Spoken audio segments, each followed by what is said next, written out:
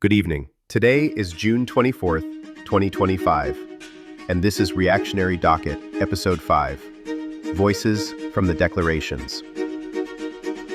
While we wait for the government's first brief, we're diving into the sworn statements that power the plaintiff's May 8 motion for a preliminary injunction.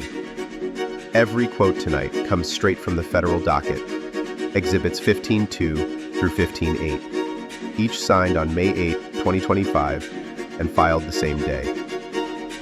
Let's start with healthcare in the gap. On May 8, 2025, Lillian Serrano of the Southern Border Communities Coalition, ECF 15-5, reported that open-air detention sites near San Isidro lost their only direct line to civil rights investigators once the watchdog offices shut down. Serrano estimates a 75% drop in successful complaint callbacks since March 21st. She recounts a migrant with asthma who went 4 days without an inhaler because, as she puts it, the CRCL hotline was silent.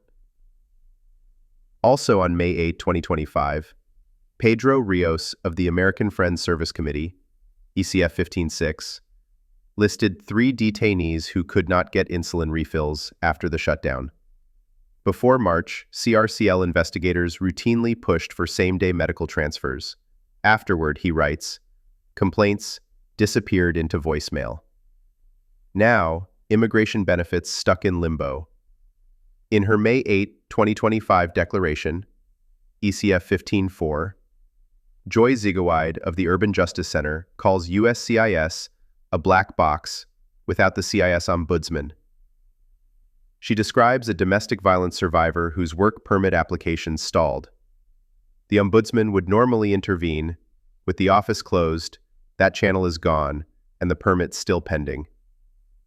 Margaret Cargioli, in a declaration signed the same day, May 8, 2025, ECF 15-7, warns that unaccompanied minors depend on timely special immigrant juvenile status approvals.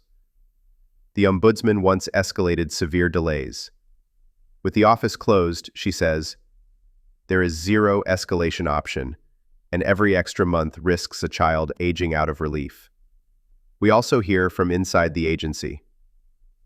Former CRCL Deputy Director Deborah Fleischaker signed her declaration on May 8, 2025, ECF 15-8.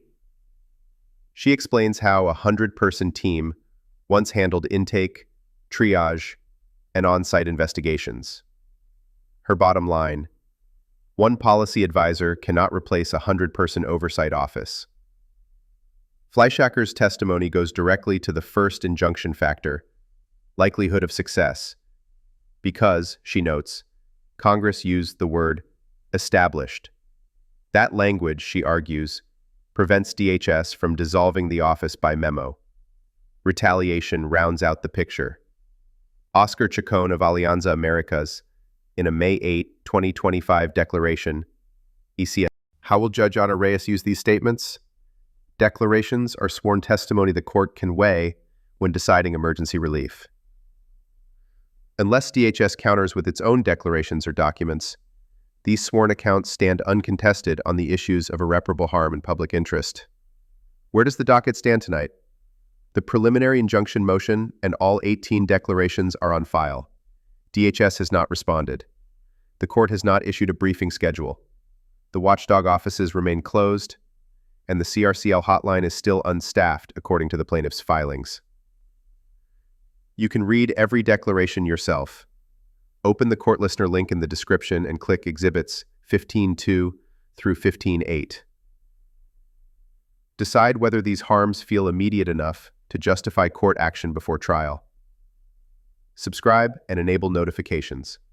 The moment DHS files its brief or the court sets deadlines, we'll return with strike-back briefs. Until then, keep the watchdogs awake.